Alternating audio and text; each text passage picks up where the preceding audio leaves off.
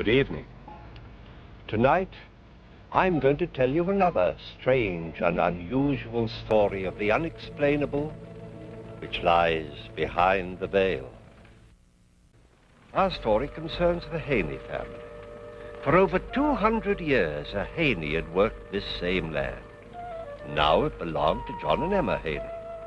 Everything considered, it had been a good life, uneventful, perhaps even dull, but it suited them. For over 40 years, they had lived in the same house, and for those 40 years, the land had been good to them. Its abundance had fed them and clothed them and helped to raise 2 sons, John Jr. and James. This was home. They couldn't be happy anyplace else. Their only desire was to spend the rest of the time remaining to them here. Here where they had come so many years ago as man and wife. Simple, down-to-earth people. The Haneys were not given to flights of fancy. But who is not awed and troubled in the presence of death?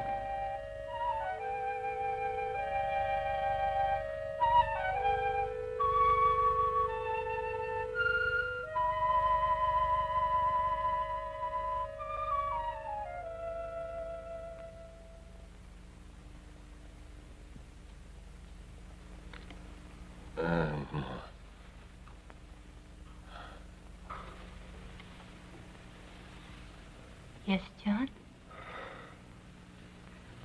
John?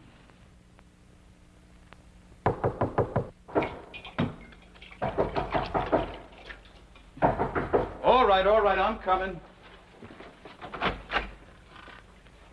Jamie. Well, you're going to keep me out here all night? No.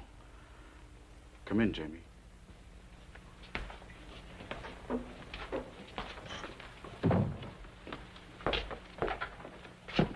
Hi, Ma. Jamie. Oh, Jamie.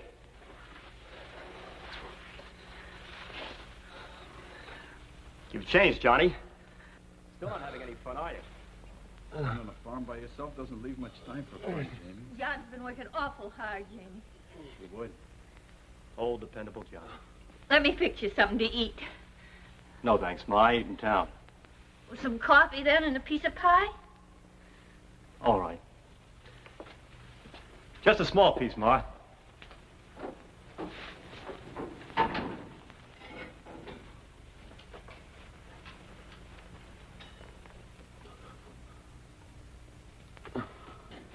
I knew you'd get here in time, Jamie. Pa's been asking and asking for you. He has, huh? Probably wants to whale the tar out of me. Oh, Jamie. All right, Ma. Guess I might as well see him. Yeah, might as well, Jamie. No use making the trip for nothing, is there?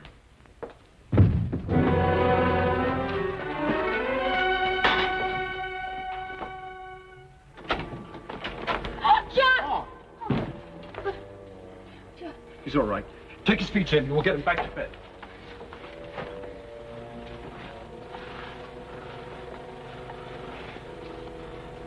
Pa? Pa, it's me, Jamie. Pa? What'd you say, Pa?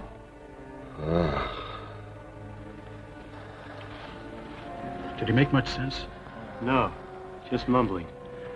He's been like that for 2 days now. He knew he would, Jamie. I know he did. Sure. Sure he did, Ma. Let's go downstairs. Go on, Johnny.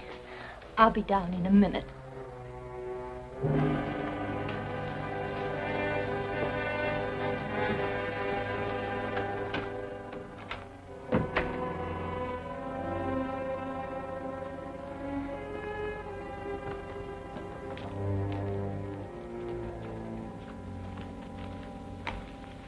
How'd it happen? His horse stumbled and fell on him. How old as he is, you think he'd have more sense? Jamie, where have you been all this time? All over. New York, Chicago, San Francisco. Kept moving. For 10 years? Well, you know me, Johnny boy. I'm a little surprised you came back. Johnny. Why shouldn't I? Oh, I get it. You're still sore because I took off and you had to stay here and do the work. Well, you could have gotten out, too. And who to run the farm? Or did you forget that Pa was too old even then? All right, so hate me. But don't forget, I was only 17 years old. How much was I supposed to know?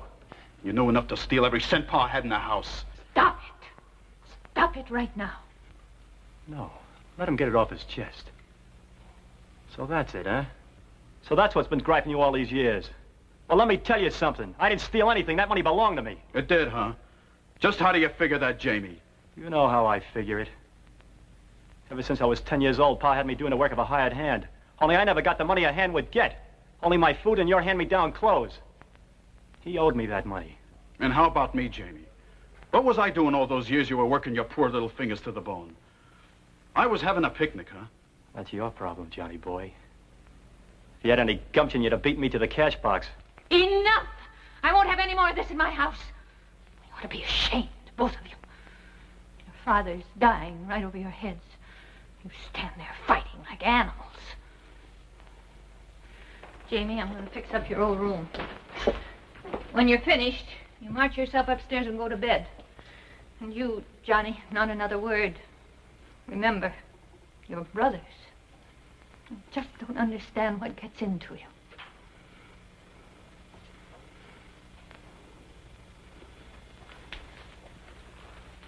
Here, Ma, let me help you. Thank you. Tell me the truth, Jamie. Just for once. Why did you come back? You never were very bright, were you, Johnny? All right, I'll tell you. Your telegram got to me at the right time. I'm broke. And I figured in 10 years the old man had enough time to build up another pile. You make me sick to my guts, Jamie. You should be standing here. Take a look at yourself, Johnny. You're only 3 years older than I am, and anybody would take you to be my father. You should be sick. You outsmarted yourself this time, Jamie. You made the trip for nothing. If Pa dies, you don't get a dime.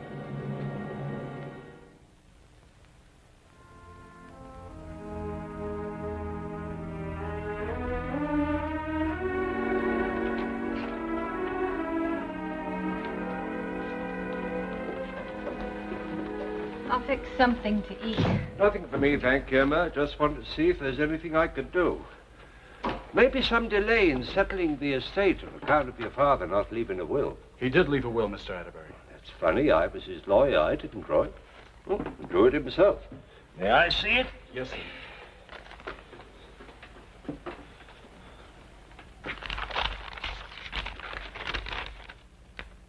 Leaves everything to you, Johnny. Knowing that as head of the family, you will take care of your mother and young brother.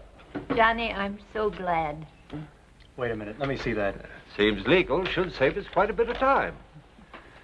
Not legal enough. I'm afraid I have a big surprise for you, Johnny boy. What's this? Read it.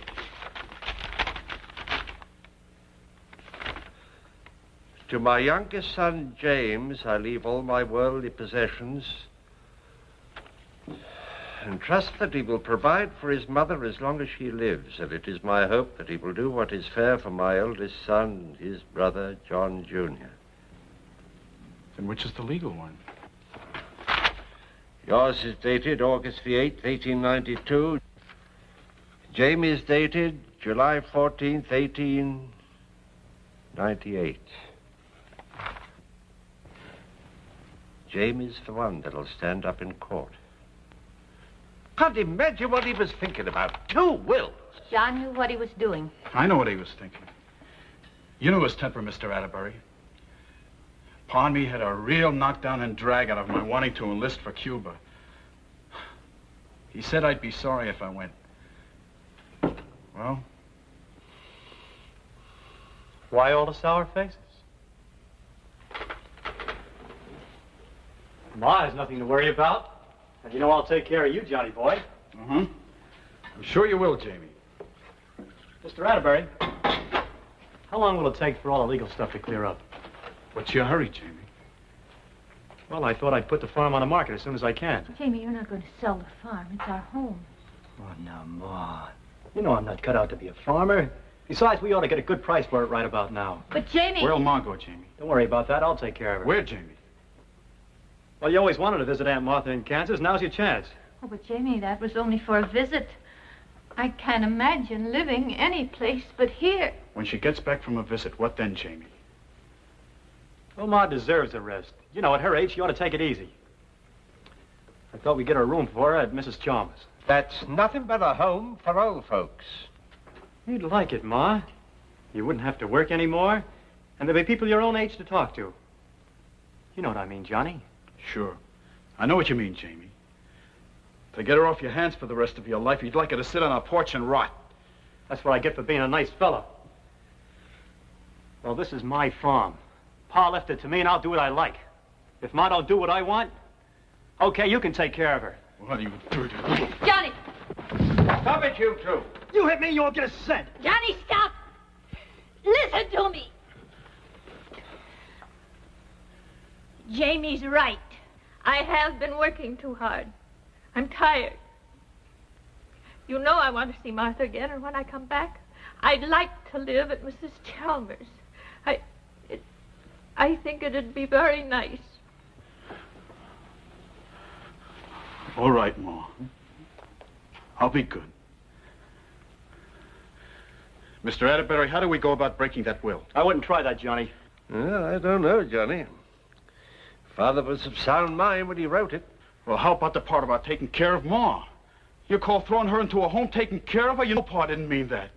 Well, there could be a chance of stopping the sale of the farm or preventing the dissipation of the assets during your mother's lifetime. Don't you worry about Ma. I'll take care of her. You just mind your own business. Now, I'll tell you something. Get out of my house. Jamie, he's your brother. Then why don't he act it? He's been beating on me ever since I got here. You heard him. Now, this is my house, and I want you out of here. Johnny, he's upset. Maybe for a little while, till he cools off. Will you take the case, Mr. Atterbury? Yes, Johnny. I'll take it. All right, Jamie. I'll get out of your house. For now. Have your fun while you can.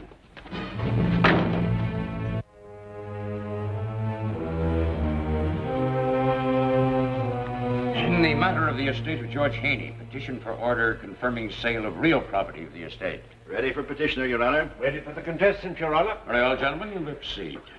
May it please the court.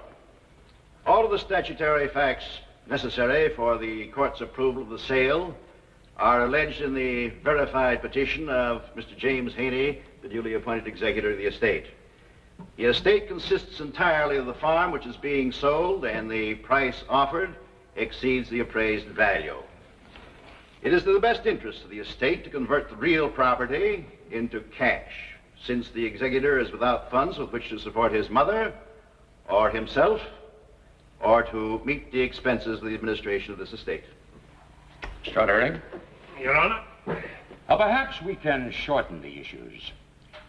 Do you propose to introduce evidence that the sales price is too low? No, Your Honor. It's our position. It's not necessary for the sale of this farm at all. Haney family have worked this property for 40 years. Profit. It's ever Haney's home. The source of her care and comfort. That's what John Haney meant to say in his will. What is your own personal reason for trying to void your father's will? I have none. Oh, in other words, then, if this court should declare the will invalid, you'd make no attempt to share in your father's estate? No, sir, I would not. Then why has this case been brought to trial in the first place? I just want to make sure that my mother gets what's rightfully hers. Well, now, the wording of the will's quite plain. Your brother James is to take care of your mother. Have you any doubts that he will? I sure do. Would you tell the court what your doubts are? Because I know Jamie. I know how he thinks. He's a liar and a thief. Objection. Sustained. Mr. Haney, I must warn you that this court will not tolerate name-calling. Another outburst like that, and I will cite you for contempt. I'm sorry, Your Honor. No further questions. Mr. Bull? No questions. Now, it's now nearly noon. This court will adjourn until 2:30 o'clock.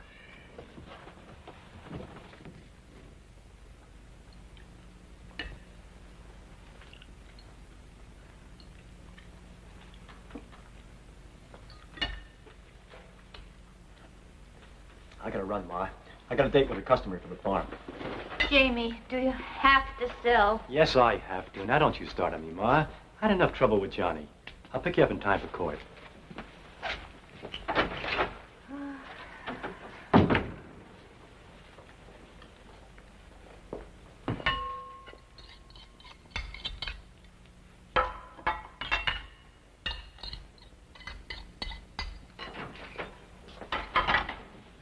Johnny, you shouldn't be here. If Jamie sees It's you... all right, Ma. I waited for him to leave. I won't be long. I just want to get some of my things.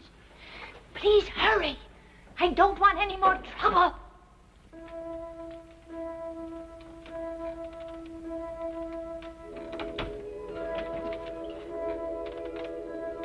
Pa!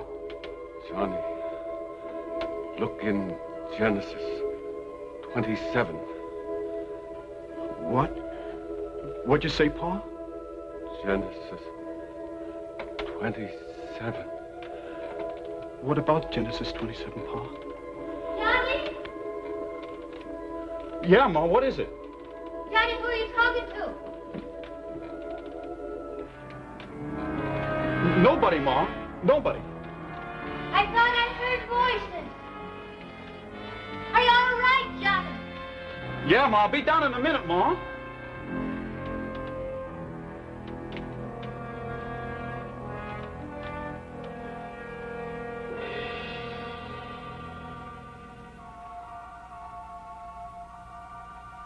Pa. Pa.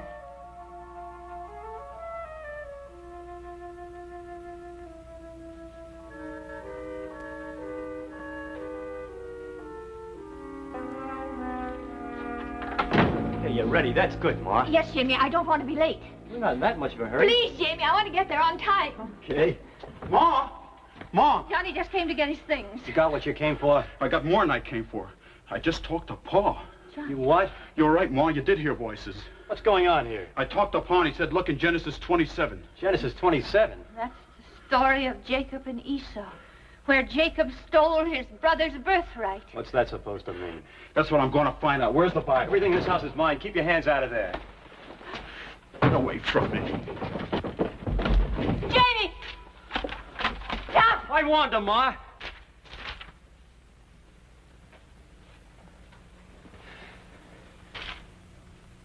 What's the matter, Johnny? Nothing in it? What'd you expect to find, a new will?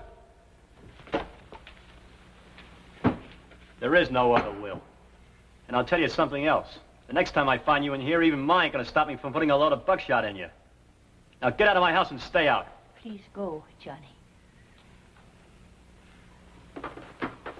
Johnny boy, might as well take Genesis 27 with you. That's all you're gonna get.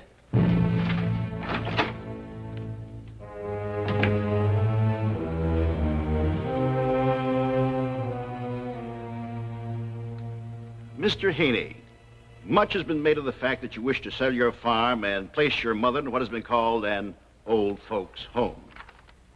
Would you tell the court exactly what it is you had in mind? Yes, sir. Your Honor, my mother's worked hard all her life. As long as I can remember, she's been cooking, sewing, washing. Why, she even helped in the fields when we were short-handed. Up until now, we've never been able to do anything about it. But now I can, and I want to. Ma, is this the family Bible? Isn't it Of course obvious it is. Mr. Haney is Didn't we not used to have the another one? cruel, Yes, hard-hearted your man father. painted as attempting to make Where a is man it, Ma? believe? I don't know, On the Johnny. contrary, here is a devoted In the son attic, I who loves expect. his mother and whose only wish is to see that the rest of her days are happy ones. Mr. Blue, are you making your summation, or do you intend to question your witness any further? No further questions. Mr. Atterbury? I beg the court's indulgence. The matter which has a bearing on this issue requires investigation. Might we recess until tomorrow? I don't believe that will be necessary, Mr. Atterbury. I have heard enough and am prepared to rule. However, I will delay my ruling until noon tomorrow if within that time you have anything to bring to the court's attention, I will receive it. In Mr. Blue's presence, of course. This court stands adjourned.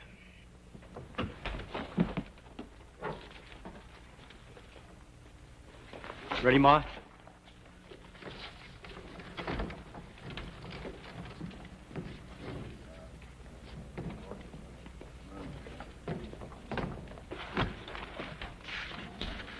If Jamie catches you in that house, he may figure he has every right to shoot you. I don't care. Pa wasn't the kind to play practical jokes. I saw him as plain as I see you.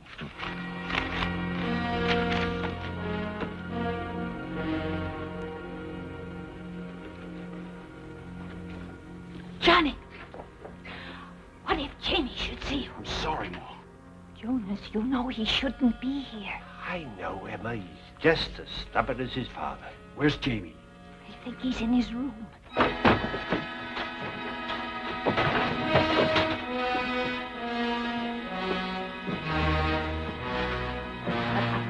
Any more trouble? I don't plan on causing any more. But I'm going to have one more look around whether he likes it or not. What are you looking for? He's got some idea his father may have left another will. That Bible passage, Ma. Genesis 27. Isaac couldn't do anything about his sons, but I think Pa did. No, Johnny, I'm not going to let you stay. You can't stop me, Ma. I'm going to have one more look. Yeah. Johnny! Never mind, Emma. Let him go. Let him take his look. Then maybe we can get him out of here before Jamie sees him.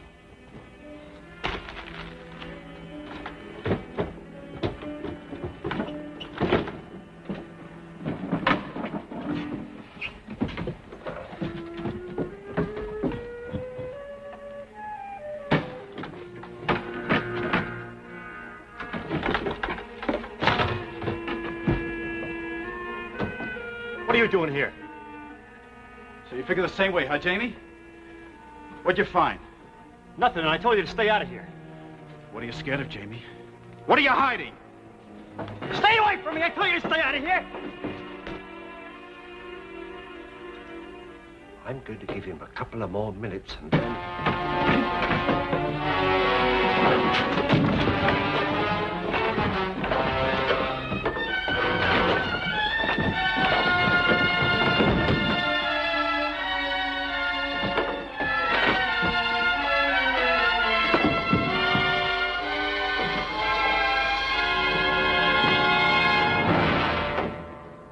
Kill him!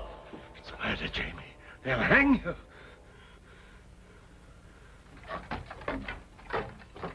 Johnny! Johnny! Johnny!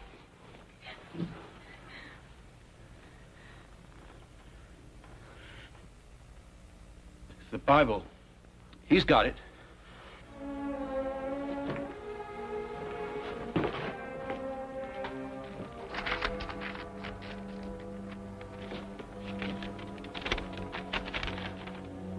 I, John Haney, hereby bequeath... You were right, Johnny. There was another will. Of a later date. Leaving everything to you. This'll stand up in court tomorrow. The reappearance of John Haney is not unique. Over the years, many such instances have been reported and documented. In fact, the event on which tonight's story is based was directly responsible for a ruling by a court of law, the only one of its kind in our legal history. Jonas Atterbury knew his law. The newfound will was presented in court the next day and accepted without delay as valid. In leaving his estate to his eldest son, John Haney had chosen wisely. John Jr. was not a vindictive man. James was given an equitable share of the estate and departed for parts unknown. And Emma Haney was content in the knowledge that the rest of her life would be spent in the home that she loved. More than that, she knew that when she died, she would rest beside her loved ones, undisturbed. For to John Haney, Jr., the land was a sacred trust, not to be passed from hand to hand, but held for his children and his children's children. Science does not as yet know all that happens to us after life leaves our bodies. But we cannot say with certainty that there is no explanation of what you have just seen. we can only assume that there may well be one.